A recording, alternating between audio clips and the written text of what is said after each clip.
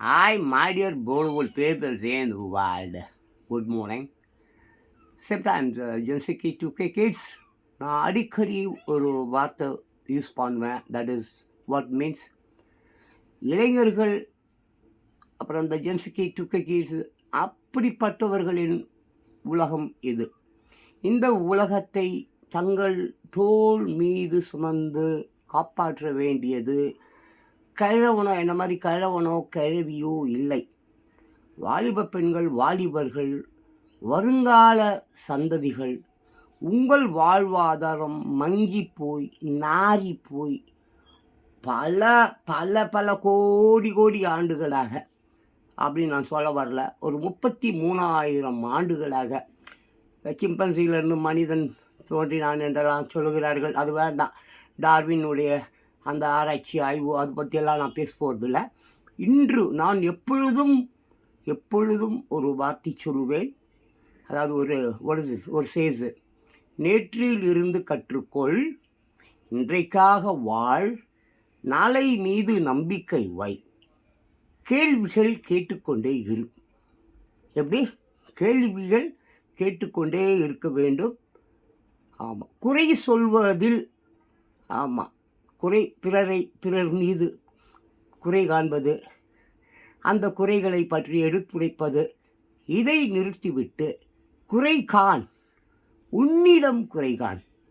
உன்னிடம் means what? உன்னுடைய அழுக்கு, நீ யார், என்ன, ஒரு டேலண்ட் என்ன, உங்கள்கிட்ட என்ன டேலண்ட் இல்லை, அதை எப்படி வளர்த்து கொண்டு இன்று இந்த காலகட்டத்தில் நீ, உன் மனைவி, உன் குழந்தைகள் எப்படி இந்த சமுதாயத்தில் உன் வாழ்வாதாரம் அதை வகுத்து நல்லபடியாக உன் குடும்பத்தை உண்மை நன்றாக அழகாக நேர்மையாக கடமை கண்ணியம் கட்டுப்பாடு போன்ற இன்ஃப்ராஸ்ட்ரக்சருடன் வாழ்வாதாரத்தை நடத்த வேண்டும்.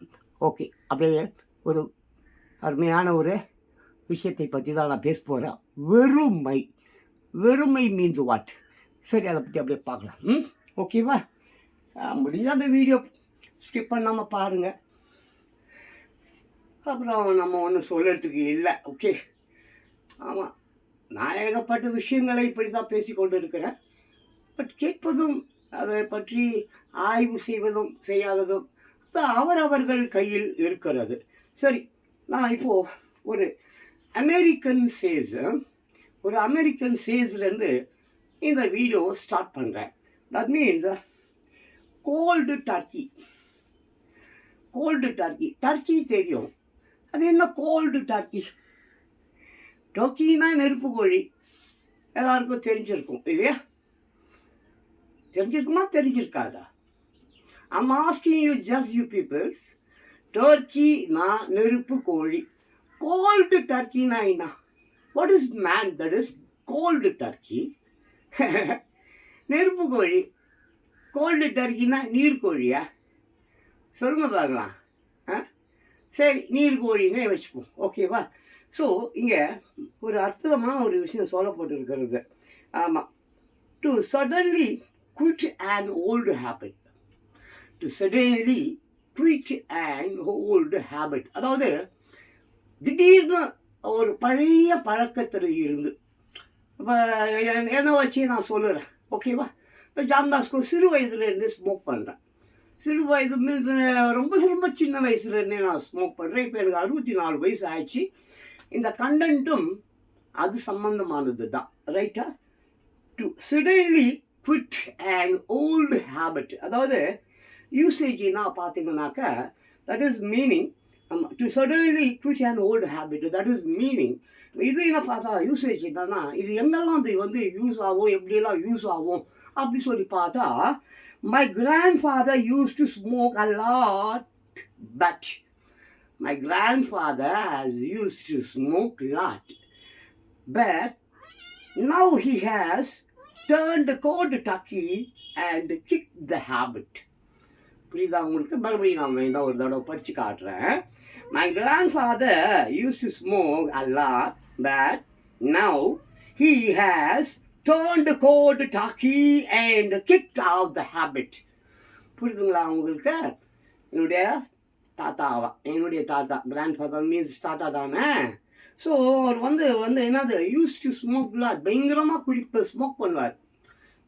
பயங்கரமாக என்ன பண்ணுவார், யூஸ் டு ஸ்மோக் லாட். ஏகப்பட்ட நிறைய சிகரெட்ஸ் தான் கூட ஒரு நாளைக்கு 3 பேக்கெட் 4 பேக்கெட் இன்றைக்கி கூட குடிச்சிக்கிட்டு தான் இருக்கேன். ஸோ அப்போது திடீர்னு பாரு, but now he has turned cold turkey. இப்போ அவர் என்ன ஆகிட்டாரு, ஆமாம், டர்ன்டு கோல்டு டர்க்கி.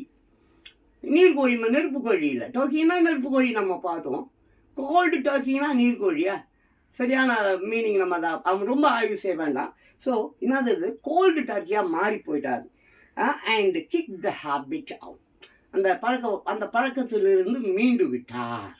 எப்படி மீண்டார், ஏன் மீண்டார், எதனால் மீண்டார், அப்படி என்ன அதில் அவர் அந்த ஸ்மோக் அவ்வளோ நிறைய சிகரெட் குடிக்கிற ஒருவர் திடீரென்று எப்படி அந்த பழக்கத்திலிருந்து தன்னை மாற்றிக்கொண்டார், எப்படி அதை தூக்கி எறிஞ்சார், எப்படி அதை ஒதிச்சு தள்ளி விட்டுட்டார். இதுதான்.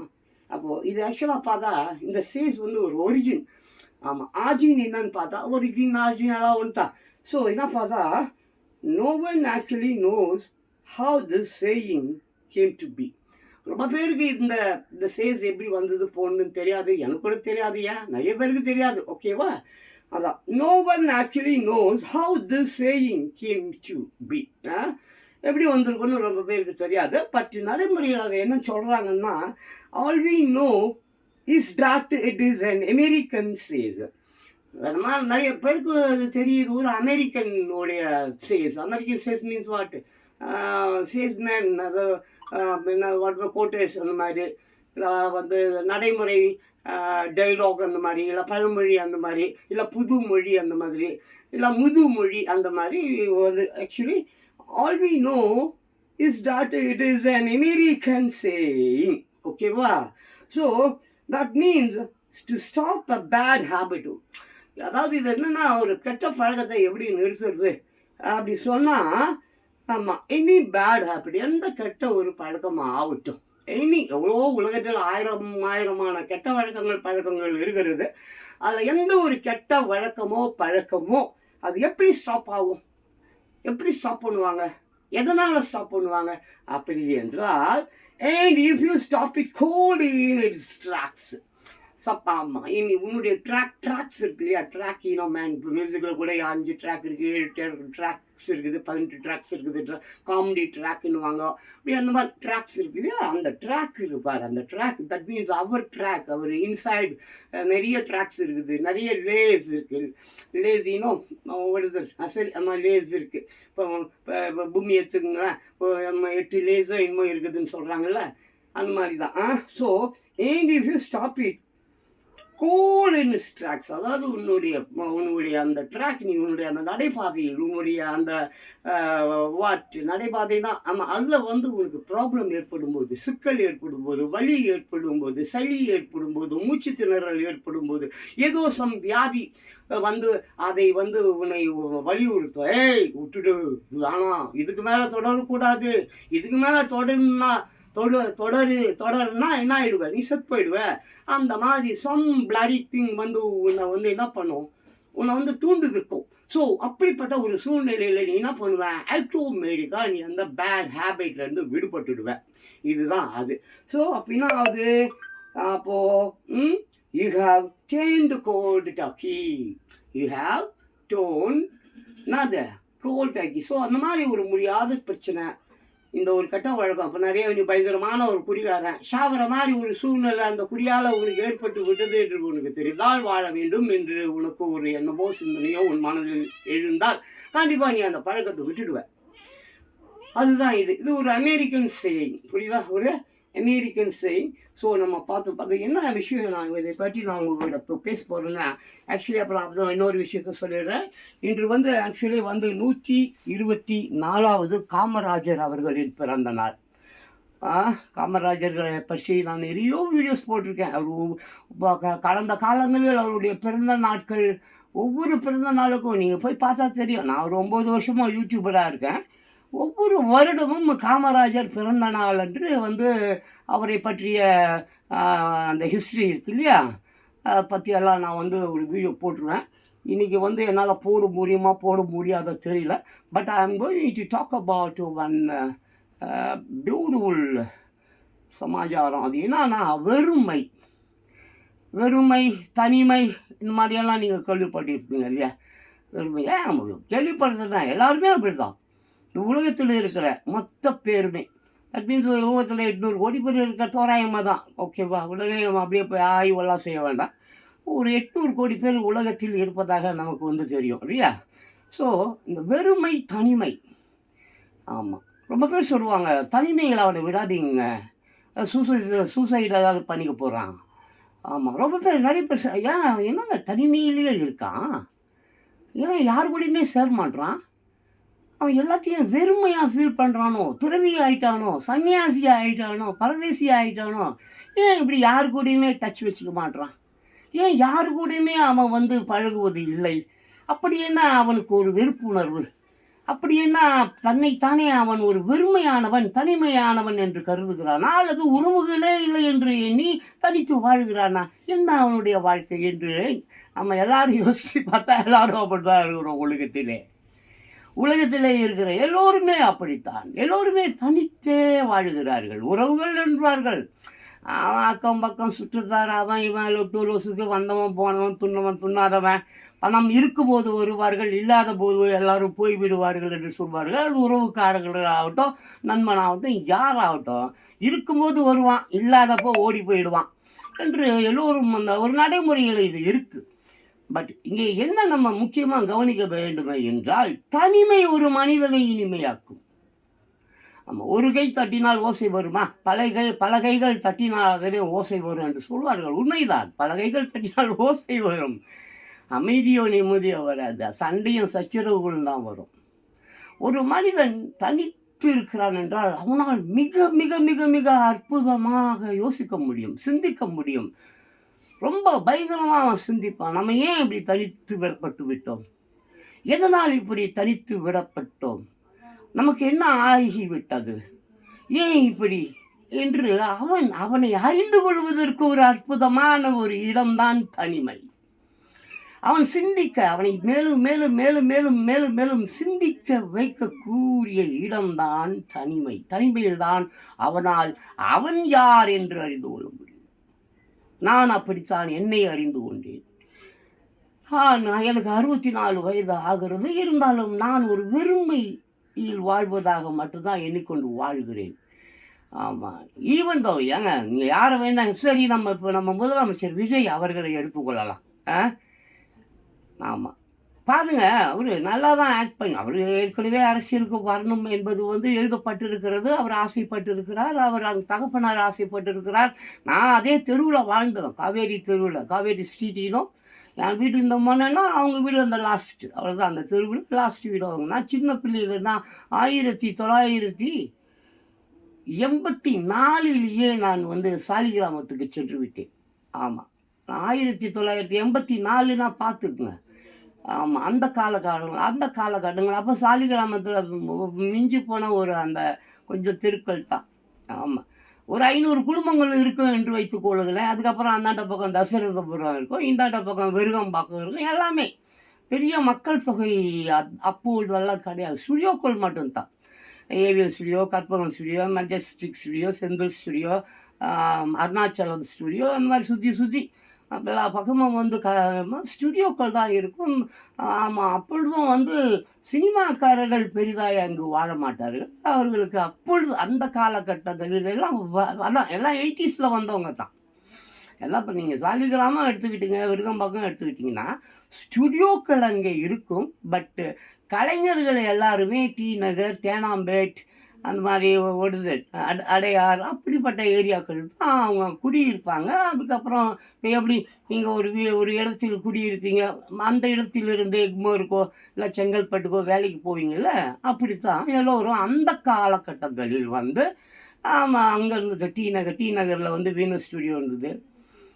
ஆமாம், தேனாம்பேட் டி நகர் தான், தேனாம்பேட்டில் வீனஸ் ஸ்டுடியோ இருந்தது. இப்போ இருக்காது, இப்போ எல்லாமே அப்பார்ட்மெண்ட்ஸ் ஆகிடுச்சு, அது வேறு விஷயம்.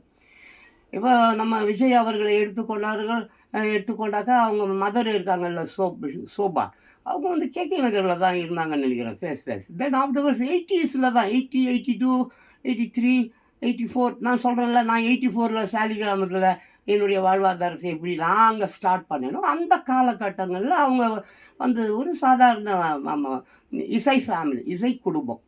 அது யார் இசை குடும்பம்னா அந்த சோபா அவர்கள் இருக்காங்கல்ல, அந்த குடும்பம் இசை குடும்பம். அவங்க பாடுவாங்க. அவங்க அப்பா வந்து சம் மியூசிக் கச்சேரிலாம் அரேஞ்ச் பண்ணுவார்னு நினைக்கிறேன். சரியா தெரியல. நான் விஜய் சிறு வயதிலேயே பார்த்துருக்குறேன். இன்னும் சொல்லப்போனால் விஜய் அவர்கள் வீட்டு எதிர்க்க ஒரு அப்பார்ட்மெண்ட், அது ஒரு சின்ன அப்பார்ட்மெண்ட் தான், 1 பெட்ரூம் அப்பார்ட்மெண்ட்டு 4 இருக்கும். ஃபஸ்ட்டு அவங்க அங்கேருந்து அப்புறம் தான் அங்காண்ட அந்த ஒழுது அந்த டிப்போ இருக்குல்ல, பாலோக் ஸ்கூல் இருக்குது, அங்கே வந்து அவங்க வந்து பாலோக் ஸ்கூல் இல்லை, இன்னொரு ஸ்கூல் ஒன்று இருக்கும், கரியாப்பா ஸ்கூல். ஆமாம், அந்த கரியாப்பா ஸ்கூல் இருக்குல்ல, அங்கே வந்து வீடு கட்டிட்டு அவங்க போனாங்க. அந்த பங்களா வீடு மாதிரி ஒன்று இருக்குல்ல, கட்டு போனாங்க.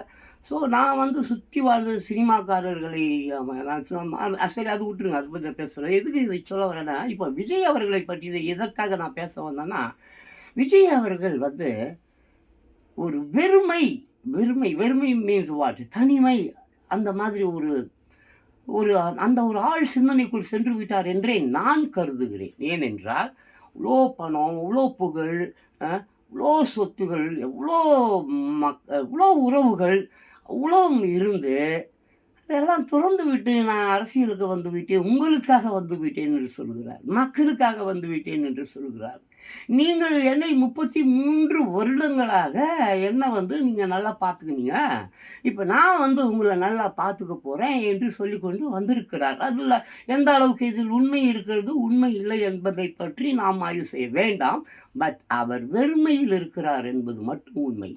தனிமையில் இருக்கிறார் என்பது மட்டும் உண்மை. எவ்வளோ மனைவி இருக்கிறாங்கோ, மகன் இருக்கிறாங்கோ, அப்பா இருக்கிறாங்கோ, அம்மா இருக்கிறாங்கோ, அப்புறம் மாமா சுரேந்தர் இருக்கிறாரு, அப்புறம் அத்தை அவங்க பேர் என்னது, விக்ராந்தோடைய அம்மா பேர் வடுது ஷீலா, அவங்க இருக்காங்க. ஸோ இவங்க எல்லாருமே இருந்தும் இவர் இங்கே நீங்கள் தான் எல்லாம் எனக்கு, நீங்கள் தான் என்னுடைய உறவு, நீங்கள் தான் என்னுடைய சொந்தம் அப்படி சொல்லிட்டு இந்த மாமனாக, மச்சானாக, மகனாக, அண்ணனாக, தம்பியாக என்று சொல்லிக்கொண்டு மக்களிடம் வந்து விட்டார்.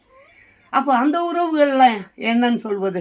தன்னுடைய சொந்த தாயையோ, தகப்பனாரையோ, மாமாவையோ, அத்தையையோ, இன்னும் அவர்கள் சார்ந்த உறவினர்கள் எவ்வளோ பேர் இருப்பாங்க இல்லையா? ஸோ அவர்களை எல்லாம் என்னவென்று சொல்வது? உறவுகள் என்று சொல்வதா, அல்லது என்னவென்று சொல்வது? ஏன் இவர்களை எல்லாம் விட்டு நீங்கள் தான் என் உறவுகள் என்று சொல்கிறார்?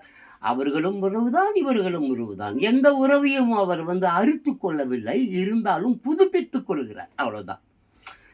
அவர் தன்னை வெறுமை என்று நினைக்கிறார், தனிமை என்று நினைக்கிறார். கோடானு கோடி சொத்துக்குது, காது இருக்குது, அது இருக்குது, புகழ் இருக்குது, எல்லாமே இருக்குது. ஆனால் மனசு வெறுமையாக இருக்கிறது, மனது காலியாக இருக்குது, மனது வந்து தனித்து போய் கிடக்கிறது. அப்படி தனித்து இருப்பது வந்து இந்த சூழ்நிலையில் தனித்திருப்பது வந்து தான் உங்களை யோசிக்க வைக்கும் என்று நான் சொன்னேன் இல்லையா?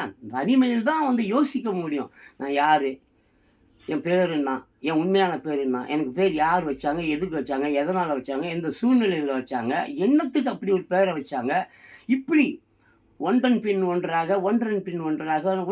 ஒன்றாக என்னை அறிதல், என்னுள் என்னை தேடுதல், இதுதான். என்னுள் என்னை தேட வேண்டுமே என்றால் அதற்கு தனிமை முக்கியம். கூட்டத்தில் கோயில் புறாவெல்லாம் வாழ முடியாது. கூட்டத்தில் நீ என்ன செய்ய முடியும்? ஒன்றுமே செய்ய முடியாது. வெறும் நாய்ஸஸ் மட்டும்தான் இருக்கும், சத்தம், ஒரே எதிர்வொலி, ஒரே அபசகுணமான செய்திகள், இப்படி தான் இருக்கும். தனிமையில் தான் வந்து என்ன செய்ய முடியும்? ஒரு மனிதன் தன்னை யார் என்று அறிந்து கொள்ள முடியும். தன்னை யார் என்று அறிந்து கொண்டவனால் மட்டுமே சமுதாயத்தில் அமைதியாக நிம்மதியாக வாழ முடியும், இல்லை வாழ முடியாது. இன்றைக்கி 800 கோடி பேர் இருக்கிறதாக நான் சொன்னேன். 800 கோடி பேரும் இன்று ஏன் அமைதியாக இல்லை, ஏன் நிம்மதியாக இல்லை, ஏன் இவ்வளோ கோடியாக பணம் இருக்குது, அது இருக்குது, இது இருக்குது, உறவு இருக்குது, சொந்தம் இருக்குது, பந்தம் இருக்குது, பட் இருந்தும் இல்லாதது போலே ஏன் வாழ்கிறார்கள்? தட் இஸ் கால்டு வெறுமை, தனிமை, வெறுப்புணர்வு. இப்படி நம்ம எதை வேணாலும் சொல்லலாம். ஸோ இதிலிருந்து ஒரு மனிதன் மீள வேண்டுமே என்றால் அவன் தன்னை யார் என்று அறிந்து கொள்ளுதல் வேண்டும்.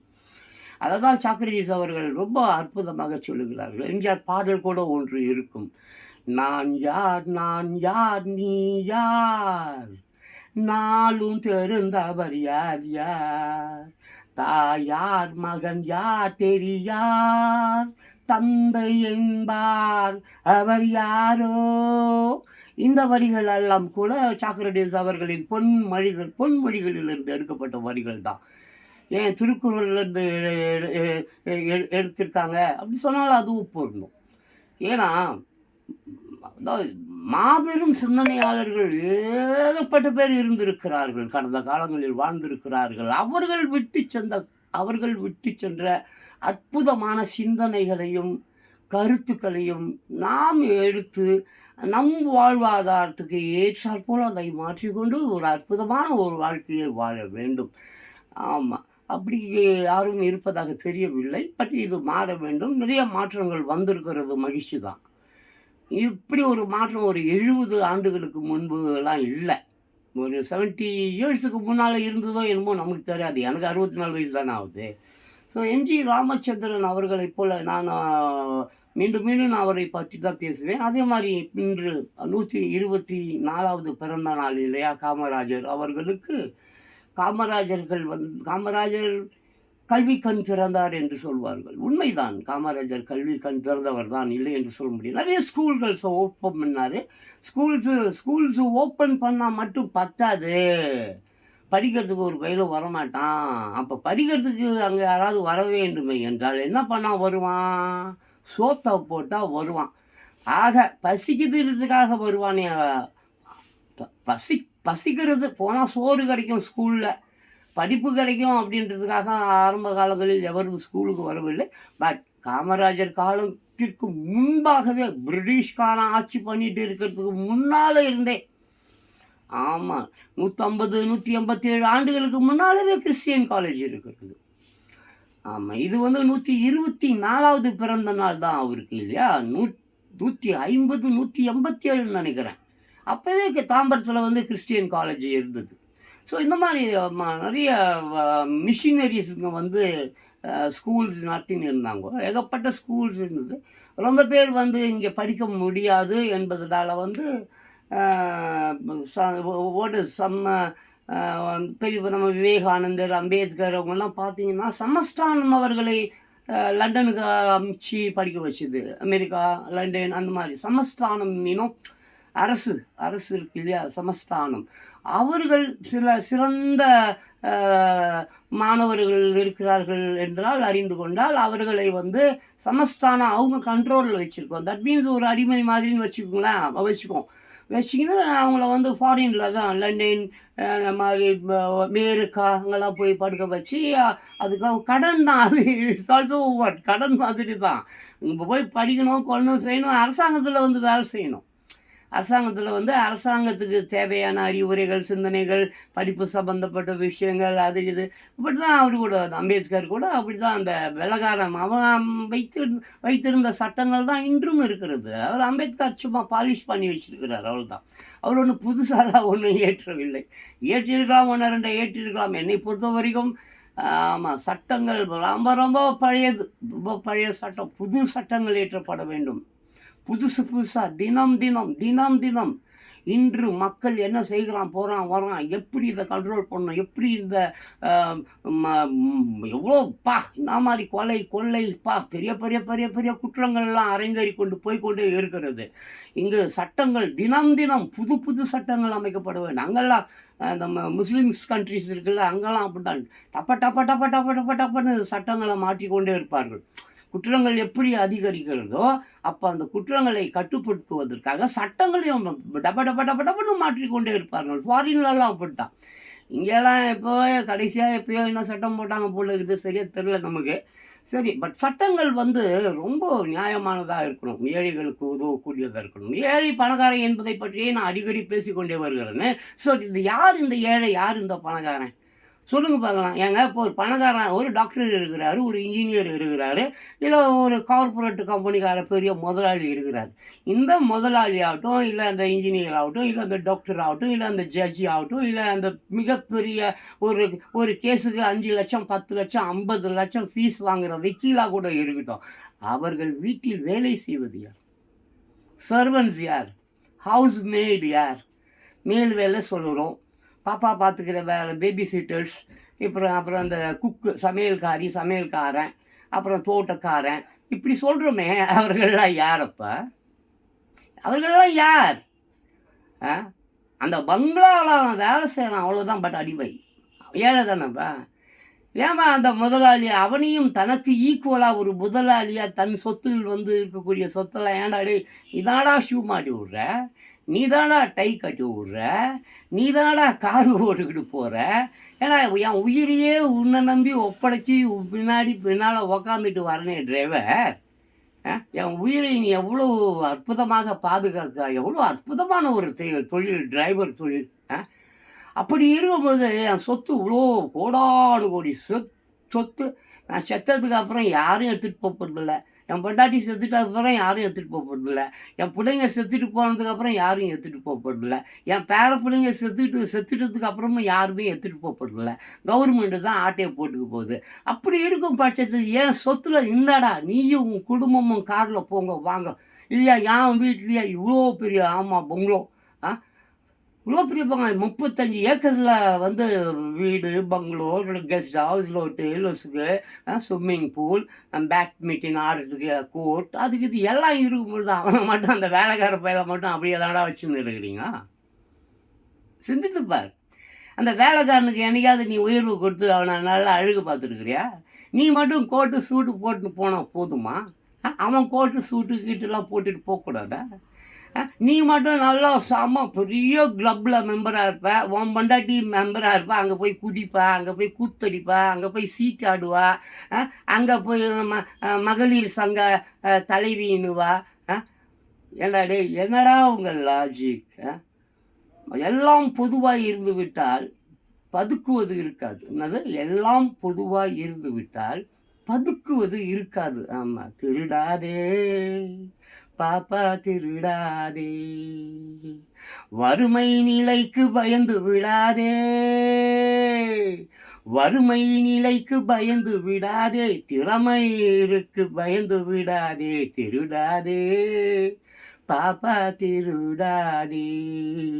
இதை யாருக்காக நான் பாடினேன் அப்படின்னா, எம்ஜி ராமச்சந்திரன் அவர்களுடைய பாடல், பட்டுக்கோட்டை கல்யாண சுந்தரம் அவர்கள் எழுதியது என்று நினைக்கிறேன். பட் இருந்தாலும் இந்த பாடலும் நான் சொல்லுவேன்ல, என்னுடைய ஆசான் யார், சாக்ரடீஸ் அவர்களுடைய பொன்மொழிகளிலிருந்து எடுத்துப்பட்ட ஒரு சிறு வரிகள், அப்போ அதை கோர்வையாக்கி பாடலாக்கி பல்லவியாக்கி அணுப்பல்லவியாக்கி சரணம் ஆக்கி ஏதோ ஆக்கி இப்படி அதை விட்டு அது வேண்டாம், அந்த ஆய்வுக்கு நம்ம போக வேண்டாம். ஸோ இங்கே நான் வெறுமையை பற்றி தான் தொடங்க இருக்கிறேன். ஒரு மனிதன் வெறுமையாக இருக்கக்கூடாது, தவறு அது.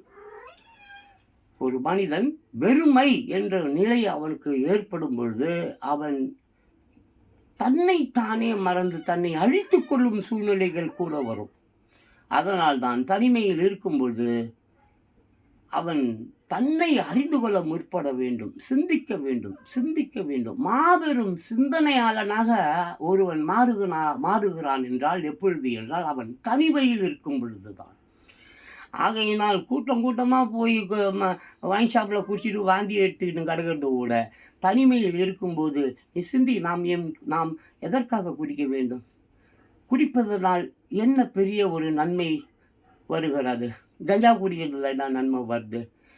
பலாத்காரம் பண்ணுறதுல ஒரு சின்ன பாப்பாவை பலாத்காரம் பண்ணுறீங்க, என்ன கொடுமை இதையெல்லாம்? அதுக்கு சட்டமும் சரியில்லை. சட்டம் என்ன செய்ய வேண்டும்? நான் நிறைய வீடியோக்களில் சொல்லியிருக்கிறேன். ஒரு செக்ஸ் டாக்டர் இல்லை என்றால், ஒரு செக்ஸ் டாக்டர் அந்த செக்ஸ் டாக்டரை யாரும் வாழ்த்த மாட்டான். இப்போ நான் ஒரு செக்ஸ் டாக்டர்னு வச்சிங்களேன், உங்களை சந்திக்கிறேன்னு வச்சிங்களேன், நீங்கள் உங்களை அறிமுகப்படுத்திப்பீங்க. நான் வைத்திய லிங்கம், நான் ஐம் அ டாக்டர், வைத்தியம் பண்ணுறேன் அப்படி சொல்லி நீங்கள் உங்களை அறிமுகம் என்கிட்ட பண்ணும்பொழுது நானும் டாக்டர் தான்ப்பா. பட் செக்ஸ் டாக்டர்னால் உடனே அந்த பொதுநல டாக்டரானவர் கை கூட கொடுக்க மாட்டார், ஷேக்கின் கூட கொடுக்க மாட்டார், அப்படியே தள்ளி போயிடுவார். காரணம் என்ன? நான் ஒரு செக்ஸ் டாக்டரான். ஏன்னா அறிவுட்டவன நாய் கூட, பேய் கூட, பிசாசு கூட, பாம்பு கூட, பள்ளி கூட, எச்சைங்க, பிச்சைங்க, குஷ்டரோகிங்க, நாய் எல்லார்கிட்டையும் செக்ஸ் வச்சுக்கிறேன். அதை வெளிப்படையாக சொன்னால் உனக்கு என்னடா கெட்டு போயிடுவேன்? நீ உன்னை டிஎன்ஏ டெஸ்ட் பண்ணி பார்த்துடலாம். அப்போ அந்த உலகத்தில் இருக்கிற 800 கோடி பேர் சொல்கிறேன்ல, இந்த சின்ன பாப்பாலாம் விட்டுருவோம், சின்ன பசங்களை வயசுக்கு வராதவங்கள விட்டுருவோம், மீதி எல்லாரையும் வந்து டிஎன்ஏ டெஸ்ட்டு பண்ணுவோமா? டிஎன்ஏ டெஸ்ட்டு பண்ணுமா? ஒரு பய தேர மாட்டீங்க. ஸோ நான் என்ன சொல்கிறேன், sex is very important. Sex is very important in this world. Sex இல்லாமல் ஒன்றும் இல்லைடா. நீர் இல்லா உலகு அமையாது. என்னது? நீர் இல்லா உலகு அமையாது. நீர்னா என்ன? குடி தண்ணீர் சொல்லல, விந்து. விந்தும் நீர் தானே. விந்து என்னது? ஸ்பர்ன்னு சொல்கிறான். விந்து விந்து. ஆமாம், நான் அப்படி தான் சொல்லுவேன். நீர் இல்லா உலகு அமையாது. ஓகே, அந்த நீர் தான் இந்த நீர், விந்து என்கின்ற நீர். புரியுதா? விந்து இல்லா உலகு அமையாது. விந்து மீன்ஸ் வாட்? ஸ்பான், கரு. ஆணிடம் இருந்து வரக்கூடிய அந்த கரு, உயிர்களை உருவாக்கக்கூடிய அந்த கரு. இல்லைன்னா ஒன்றுமே இல்லை. ஆனால் அது இங்கு தவறான முறையில் செயல்பட்டு கொண்டிருக்கிறது. ஆமாம், தவறான முறையில் செயல்படுகிற நம்ம டாக்டர், செக்ஸ் டாக்டர் காந்தராஜ் என்று நினைக்கிறேன், செக்ஸ் டாக்டர். ஒரு முறை அவருடைய வீடியோ நான் பார்த்தப்போ, அந்த வீடியோவில் அவர் வந்து ஒரு அவரை இன்டர்வியூ பண்ணிகிட்டு இருக்காரு, பேட்டி எடுத்துகிட்டு இருக்காரு. அப்போ வந்து அவர் கேட்குறாரு, டாக்டர் பற்றி கேட்குறாரு. டாக்டர் தன்னுடைய எக்ஸ்பீரியன்ஸ் பற்றிலாம் சொல்லிகிட்டே வர்றாரு. நான் ஆஃப்ரிக்காவில் இருக்கும்போது இந்த மாதிரி சிலரை பார்த்தேன், நான் சிங்கப்பூரில் இருக்கும்போது இந்த மாதிரி சிலரை நான் பார்த்தேன், நான் பாம்பேயில் ரெட் லைட் ஏரியாவில் ஆய்வுக்கு சென்ற பொழுது மெடிசன்ஸ் கொடுக்க, டாக்டருடைய வேலை அது தானே, மெடிசன்ஸ் கொடுக்க போக வேண்டியது தானே. எப்படி காண்டம் யூஸ் பண்ணணும், காண்டம் வந்து எப்படி வந்து அதை வந்து க்ளீனப் பண்ணணும், அதை எப்படி வந்துட்டு தென் குப்பை தொட்டிலையோ எப்படி அதை வந்து டிஸ்போஸ் பண்ணணும், அப்புறம் செக்ஸ் எப்படிலாம் வச்சுக்கணும், உங்ககிட்ட இருந்த நோய் அந்த பெண்ணுக்கோ இல்லை அந்த பெண்ணுக்கிட்ட இருந்த நோய் உனக்கோ வந்துடக்கூடாது. இந்த வீடின்னு சொல்லுவாங்க, அந்த வெனீரியல் டிசீஸ் என்னமோ சம்திங் லைக் தட், அதெல்லாம் சொல்லுவாங்க. இந்த மாதிரி டிசீஸ் எல்லாம் வரக்கூடாது, போகக்கூடாது என்பதற்காக இந்த டாக்டர்கள், இந்த செக்ஸ் டாக்டர்கள் இருக்காங்க இல்லையா, இவங்கெல்லாம் எங்கெங்கெல்லாம் உலகம் முழுக்க உள்ள விபச்சார விடுதிகள்லாம் சொல்லுவாங்க. ஒவ்வொரு விபச்சார வீடுகளுக்கு போவாங்க, அந்த ஊர் அதிபர்கிட்ட பேசுவாங்க, இவங்ககிட்ட பேசுவாங்க. அந்த நாட்டு நலன் கருதி அந்த ஊரில் இருக்கக்கூடிய எல்லா ஊர்லேயுமே இருக்குது விபச்சாரம். விபச்சாரம் இல்லாத நீர் இல்லா உலகு அமையாது என்பது போல விபச்சாரி இல்லா உலகு அமையாது. நீ விபச்சாரிகள் இல்லாத ஒரு உலகத்தை நீ பார்க்கவும் முடியாது. அது கண்டிப்பாக காலங்காலம் இன்னும் 500 கோடி ஆண்டுகள் வந்து ஆமாம், சூரியன் வந்து சாம்பலாக போகிறது. இன்னும் ஒரு 500 கோடி ஆண்டுகள் சூரியன் வந்து இப்போ எரிந்து கொண்டு தான் இருக்கிறது. சூரிய புயல்லாம் நம்ம கேள்விப்படுறோம். எல்னினோலாம் வந்து கொண்டு இருக்கிறது, வந்தாச்சு. ஆந்திராவில் கொரோனாவும் வந்துருச்சு. ஸோ மீண்டும் கொரோனா இந்த மாதிரி ஏகப்பட்ட இந்த உயிர்கொல்லிகள், சேதாரம் நோய், கொள்ளை நோய் எல்லாம் வரும் என்றாலும் இங்கே முக்கியமான ஒரு விஷயத்தை நான் வெறுமை வெறுமை வெறுமை, தனிமை தனிமை தனிமை, இது எதனால் உருவாகிறது என்றால், நான் என்னுடைய சிந்தனையில் என்னுடைய ஆய்வில் கண்டுபிடித்தது என்னவென்றால், உண்மையான உறவு என்றால் அது செக்ஸ். எவ்வளோ உறவுகள் இருக்குது. நான் சொல்லுவேன் அடிக்கடி, என்னுடைய உண்மையான உறவுகள் ஒரு 3 பேர் இருக்கிறார்கள். ஒன்று புஸ்தகம், மற்றொன்று இசை, மற்றொன்று இது போல் கருத்துக்கள் சொல்வது, போவது, வருவது. 4வது தான் வேலைக்கு போகிறது, சாப்பிட்றது, சம்பாதிக்கிறது, அந்த மாதிரி விஷயம். 4வது விஷயம் தான் அது. அப்போ சாப்பிடணும் இல்லைப்பா, சாப்பிடணுமா, சாப்பாட்டு கேட்க போகிறது. ஸோ அதுக்காக 4வது விஷயமாக நான் தேர்ந்தெடுத்து வைத்து கொண்டிருக்கிற உறவு தான் வேலை. அப்புறம் அந்த பொண்டாட்டி, அப்புறம் அந்த சொந்தம் கிந்தம் பந்தங்கள்லாம் அவர்களுக்காக நான் வாழ்ந்திருக்கிறேனே என்று கேட்டால் சத்தியமாக இல்லை. அவர்களுக்காக நான் ஏதாவது நன்மைகள் செய்திருக்கிறேனா என்றால், உதவிகள் செய்திருக்கிறேனே என்றால் நிச்சயமாக கண்டிப்பாக ஒரு காலத்தில் இல்லை. அவர்கள் வேண்டுமானால் எனக்கு செய்திருக்கிறார்கள். ஆமாம், அவர்களோட நான் வாங்கி போயிருக்கேன், வந்திருக்கேனே தவிர, நான் அவர்களுக்கு பரிகாரமாக, எனக்கு நன்றி விசுவாசமாக அவர்களுக்கு எதாவது செஞ்சுருக்கிறதா நான் நிச்சயமாக இல்லை. ஒவ்வொருத்தரும் அப்படி தான் இருப்பான். உலகில் உள்ள ஒவ்வொருவரும் அப்படி தான் இருப்பாங்க. ஸோ இங்கே தனிமை வெறுமை, தனிமை வெறுமை. அதனால் செக்ஸ் வந்து இந்த உலகுக்கு மிக மிக முக்கியம். அதை நம்ம முதலமைச்சர் பற்றி நான் பேசினேன். ஆமாம், வெறுமை தனிமை என்று இன்றைக்கி மக்கள் தான் எனக்கு எல்லாமே. நீங்கள் தான் என் மாமா, நீங்கள் தான் என் மச்சான், நீங்கள் தான் நான் தான் உன் தம்பி, நீ தான் என் அப்பா, நான் தான் என்னென்னவோ சொல்கிறார். ஸோ அவர் வெறுமையிலிருந்து இப்பொழுது விடுபட்டு விட்டார். இப்பொழுது அவருக்கு ஏகப்பட்ட சொந்தம், மக்கள் சொந்தம் என்று மிகப்பெரிய ஒரு சொந்தம், உறவுகள் உருவாக்கிவிட்டது. இனி அவருடைய வாழ்க்கை எப்படி இருக்கும் என்பதை பற்றி நம்ம போக போக தான் நம்ம சொல்ல முடியும். ஸோ ஒவ்வொருவருடைய வாழ்க்கையிலும் வெறுமை இருக்கிறது. அந்த வெறுமை அகல வேண்டுமே என்றால் மிஸ்டர் விஜய் முதலமைச்சர், தமிழக முதலமைச்சர் அவர்களே, இங்கு சின்ன பயலிருந்து கிழ பய வரைக்கும் எல்லோருக்கும் மிக மிக மிக முக்கியமான தேவை என்னவென்றால் செக்ஸ். செக்ஸ் கல்வி வேணும் என்று நம்ம சொல்லுவோம், அடிக்கடி சொல்லுவோம் செக்ஸ் கல்வி வேணும். இன்றைக்கி 3 வயசு புள்ள வந்து செல்ஃபோனில் செக்ஸ் படம் பார்க்குது, அதை பற்றி நான் பேச வரவில்லை. இதை சட்டமாக்குங்கள். இதை நீங்கள் சட்டமாக்கி இதை ஃப்ரீ பண்ணி விடுங்க. இதெல்லாம் எப்போது 40, 50, 60 நான் சிறு வயது 20 வயதுலேயே நான் பாம்பேயில் ரெட் லைட் ஏரியாவில் போய் வேலை பார்த்துருக்கேன். எஸ், சோடா காட்சியெல்லாம் போகல, பட் பாம்பேயில் எனக்கு ரெட் லைட் ஏரியா ரொம்ப நல்லா தெரியும். அங்கே நான் வேலை செஞ்சுருக்கேன், பணிபுரிந்து இருக்கிறேன். சிறு வயதில் சொல்கிறேன். நான் ஏற்கனவே பல தடவை சொல்லியிருக்கேன். நான் ஒரு நான் ஒரு பக்கீரி போல். ஆமாம், கோவம் வந்தால் தூக்கிட்டு ஊர் சுற்றி கிளம்பிடு. சின்ன வயதில் 4 வயது 5 வயதுலேயே நான் வீட்டை விட்டு ஓடிடுவேன். 10 நாள் 20 நாள் 30 நாள் பொறுத்து தான் திருப்பி வீட்டுக்கு போவேன். எங்கள் அம்மா என்னை பிடிச்சி போட்டு கட்டி போட்டு அடிக்கும். அது வேறு விஷயம், அதை பற்றி நான் பேச வரல. ஸோ நான் எதை பற்றி பேசுகிறேன் என்றால், இங்கே இருக்கக்கூடிய இந்த பலாத்காரம், பாலியல் பலாத்காரம், இது அழிய வேண்டுமே என்றால், முற்றிலும் அழிய வேண்டுமே என்றால், இந்த பண்பாடு மயிர்பாடு அந்த பாடு இந்த பாடுன்னு நான் சொல்கிறேன்ல, பாடுனா மாமான்னு அர்த்தம். இதெல்லாம் வந்து சொல்லின்னு தெரியாமல் இப்போ இந்த மிஸ்டர் காந்தராஜ், டாக்டர் காந்தராஜ் இருக்கிறார் இல்லையா, அவரை பற்றி நான் ஒரு வீடியோ பார்த்தேன்னு, அவர் பேட்டி பார்த்தேன்னு என்று சொன்னேன். அதில் சொல்கிறார், ஒரு நண்பர் ஒருவர் அவரை பார்ப்பதற்காக சென்னைக்கு வருகிறார். அவருடைய ஹாஸ்பிட்டலுக்கு வருவார். அவர் வந்து ராயப்பேட்டா ஹாஸ்பிட்டலெல்லாம் வந்து அவர் வந்து பதிவு செய்திருக்கிறார் காந்தராஜ் அவர்கள். எல்லாருக்கும் தெரிய விஷயம், இது ஒன்றும் தெரியாத விஷயம்லாம் கிடையாது. அவர் நண்பர் சொல்கிறாரு, யார் சொல்கிறாரு, அந்த நண்பர் ஒருத்தர் சென்னை பாம்பேயில் இருந்து இவரை பார்ப்பதற்கு வந்திருக்கிறார். அவரும் வந்து ஒரு செக்ஸ் டாக்டரே எதுவும் தெரில, நண்பராக எதுவும் தெரில, சரியாக எனக்கு தெரில, வந்திருக்கிறாரு. அப்போது இந்த செக்ஸ் சமாச்சாரம் பற்றி, இந்த விபச்சார விடுதிகள் பற்றி பேசும்பொழுது அவர் சொல்கிறார், யார்கிட்ட, காந்தராஜ் கிட்ட. நம்ம டாக்டர், நம்ம தமிழ் டாக்டர் காந்தராஜ் இருக்கிறாரு, செக்ஸ் டாக்டர், பெரிய பெரிய நம்ம சிங்கப்பூர், ஆஃப்ரிக்கா, ராயப்பேட்டா ஹாஸ்பிட்டல்லாம் ஒர்க் பண்ணாருன்னு சொன்ன பாருங்கள். அவரிடம் பேசிக்கொண்டு இருக்கும் பொழுது அவர் யதார்த்தமாக பேசிக்கொண்டிருக்கும் போது சொல்கிறார், காந்தராஜ், பாம்பேயில் ரெட் லைட் ஏரியான்னு ஒன்று இருக்குது, அங்கே செக்ஸ் இருக்குது. கல்கட்டாவில் சோனாகாட்சின்னு ஒன்று இருக்குது, அங்கே செக்ஸு இருக்குது. சரி, இப்படி டெல்லியில் சர்மாவும் எது சம்திங் ஒரு ஊர் இப்படி எங்கே ஆந்திரா எடுத்துக்கிட்டால் பெதாபுரம் அப்படி சொல்லுவேன். ஹைதராபாத் எடுத்துக்கிட்டாக்க ஒரு ஏதோ ஒன்று நல்ல ஹைதராபாத். சரி, இப்படி ஒவ்வொரு இந்தியா பூரா நான் போய் ஒரு ரவுண்ட் அடிச்சுட்டு வந்துட்டேன்.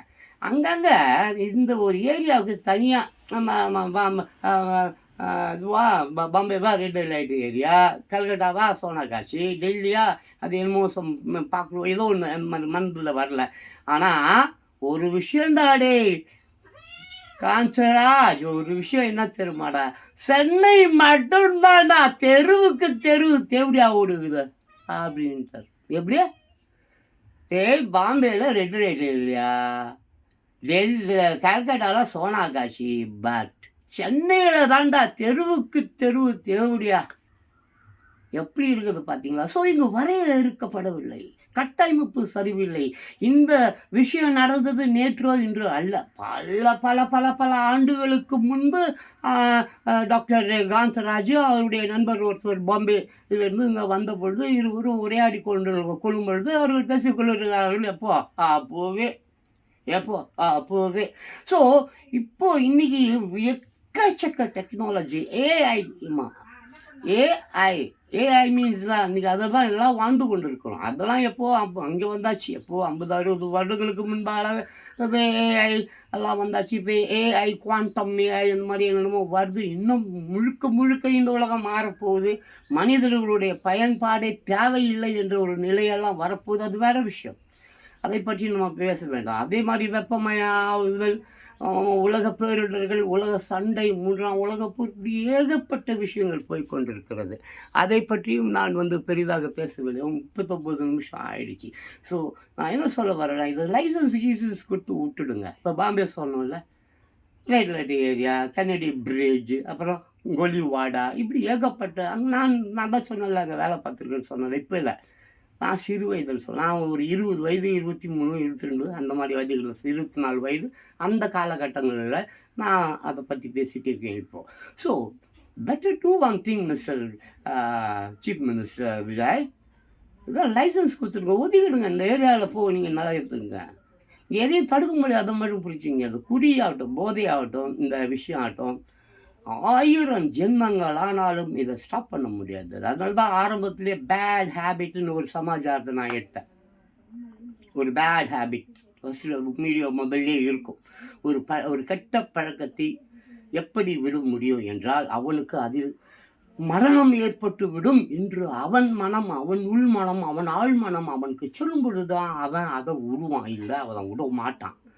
அப்படி இருக்கும்போது 800 கோடி பேர் இந்த உலகில் இருக்கிறான். உலகில் எல்லா நாடுகளிலும் செக்ஸ் ஃப்ரீ செக்ஸ் இருக்குது. இங்கே தமிழ்நாட்டில் மட்டும் ஏன் தினம் பாலியல் பலாத்காரம் எல்லாம் பாம்பே கிம்பே எவ்வளோ ஊர் இருக்குது, நானும் பேப்பரில் படிக்கிறேன். இந்த மாதிரி பாலியல் பலாத்காரம், இந்த மாதிரி லஞ்சம், இந்த மாதிரி ஊழல் பெருசாக இந்தியாவில் எங்கேயும் பார்க்க முடியல. இந்தியாவிலே பார்க்க முடியல. ஆக இந்த தமிழ்நாடு தூய்மை என்று சொல்கிறார். தூய்மை பணியாளர்கள் இல்லை என்றால் நீங்கள் தூய்மை இருக்குமா? நீங்கள் தூய்மை சொல்லுகிறீங்கள. இந்த தூய்மை பணியாளர்கள் இருக்கிறாங்கல்ல, துப்புரவு தொழிலாளர்கள், அவர்கள் இல்லை என்றால் உன் கக்கூசு நாரிடும், நீ நாரிடுவ, மொத்தம் நாரிடும். டிரைவர்ஸ் இல்லைன்னா ஒரு ஆஃபீஸுக்கும் போக முடியாது, வர முடியாது. நீயே காரை ஓட்டிகிட்டு நீயே போயிட்டு வந்துடுவியா? ஸோ இங்கே டிரைவர்களும் துப்புரவு தொழிலாளர்களும் மட்டுமே ரொம்ப சிறப்பாக, ரொம்ப பசியில் பட்டினியில் தங்கள் குடும்பங்களை வாழ வைத்து கொண்டு முதலாளிகளை சந்தோஷமாக வாழ வைத்து கொண்டிருக்கிறார்கள். யார்கள்? டிரைவர்ஸ் அண்ட் துப்புரவு தொழிலாளர்கள். அவர்களை மேம்படுத்துங்கள். அவர்களை நான் தினம் பார்க்குறேன். படிக்கிற வயசில் ஒரு பொண்ணு ரோட்டில் குப்பை ஆடிக்கிட்டு இருக்குது. சின்ன வயசாக இருக்கும் போல இருக்குது பார்க்குறதுக்கு. ஒரு 18 வயசு 16 வயசு 15 வயசு தான் இருக்கு என்று நினைக்கிறேன். குப்பையை அள்ளி அந்த குப்பை இதில் போய் போட்டுட்டு இருக்கு. குப்பை தொழில், அந்த குப்பையை அள்ளுபவர்கள் சாதாரணமானவர்கள் அல்ல, தூய்மை தொழிலாளர்கள், தூய்மை சுத்தப்படுத்துபவர்கள். அவர்களிடம் இருந்து ஏகப்பட்ட விஷயத்தை விஜய் அவர்கள் கற்றுக்கொள்ளுங்கள். இப்போ கொஞ்ச நாளைக்கு முன்னால் அந்த ஸ்டாலின் ஆட்சியில் அவர்கள் என்ன பாடுபடுத்தினார்கள். இந்த ரிப்பன் பில்டிங்கா, yes I think Ripon Building பார்த்தா 3 மார்க்கெட்லாம் இருக்கேங்க அங்கே. ஸோ தயவு செஞ்சு மிஸ்டர் விஜய் அவர்கள், காமராஜரை நீங்கள் உங்கள் கொள்கை தலைவனாக ஏற்றுக்கொண்டிருக்கிறீர்கள். இன்று காமராஜர் பிறந்த நாள், 124வது காமராஜர் பிறந்த நாள். அவர்களுக்கு ஒரு வாழ்த்தி சொல்லு வைத்துவிட்டு உங்களிடம் எனது கோரிக்கையாக வைக்கிறேன். இந்த தூய்மை துப்புரவு தொழிலாளர்கள் அண்ட் டிரைவர்ஸ் அண்ட் இந்த செக்ஸ் தொழிலாளர்கள், தேவடியா என்று சொல்லக்கூடாது, தவறு. அது தேவனடியால் என்று வேணால் சொல்லு, தேவடியா என்று சொல்லாதே. செக்ஸ் ஒர்க்கர், என்னது செக்ஸ் ஒர்க்கர், அவரும் ஒரு தொழிலாளி தான். அவர்களுக்கு மரியாதை கொடுங்க, அவங்கள மதிக்க கற்றுக்குங்க. ஆமாம், அதுவும் ஒரு பெண் தான், அவளும் பெண் தானே. அவளை ஈனப்படுத்துவது கொச்சைப்படுத்துவது செய்யாத. இதெல்லாம் நீ போகணும், டிஎன்ஏ டெஸ்ட் பண்ணிப்பார். நீ நல்லவனா கெட்டவனா என்பதை அறிந்து கொள். உன்னை கேள்வி கேள், நீ யார் என்று அறிந்து கொள். உன்னை நீ அறிந்து கொள்ள வேண்டும் என்றால் தனிமைதான் உன்னை அறிந்து கொள்ள செய்ய. நிறைய சிந்திக்க, நிறைய கனவுகளை உருவாக்குவது தனிமை தான். ஸோ மாபெரும் சிந்தனையாளர்கள் எல்லோருமே தனிமையில் சிந்தித்து தான் மிகப்பெரிய மேதைகளாக மாறினார்கள். நீங்களும் மேதைகளாக வர வேண்டுவதோ, அண்ணா இருக்கிறாங்க காமராஜர் போல. மேதைகளாக வாழ வேண்டும் என்றால் தனிமையை விரும்புங்கள், பொதுமக்களை நேசியுங்கள், மக்களை நேசியுங்கள். மக்கள் தீர்ப்பே மகேஷின் தீர்ப்பு. ஓகேவா? ஸோ தனிமை வெறுமை என்று ஃபீல் பண்ணாமல் எல்லாம் நம்ம உறவுகள் தான். இதில் மெயினாக இந்த நாள், ஆமாம், 124வது பிறந்த நாள் காணும் இந்த நாள் காமராஜர் அவர்கள் வாழ்ந்த வாழ்க்கையை பாருங்கள். அவருடைய வாழ்க்கை எப்படிப்பட்ட ஒரு வாழ்க்கை, போய் பாருங்கள். என்கிட்ட ஏகப்பட்ட புத்தகம் இருக்குது, நான் நிறைய வீடியோக்கள் போட்டேன். இருந்தாலும் இந்த மாதிரி சூழ்நிலையாவது காமராஜரை, அண்ணாவை எல்லாம் அறிந்து கொள்ளுங்கள். எம்ஜி ராமச்சந்திரனை, சாக்ரட்டிஸை பற்றி, புத்தரை பற்றி இன்னும் நசடாமஸ் அந்த மாதிரி ஏகப்பட்டவர்கள் இருக்கிறார்கள். டைம் நிறைய ஆயிடுச்சு. ஸோ நான் இந்த வீடியோ முடிச்சுக்கிறேன். ஸோ தனிமையிலே இனிமை காண முடியுமா என்றால் முடியும்.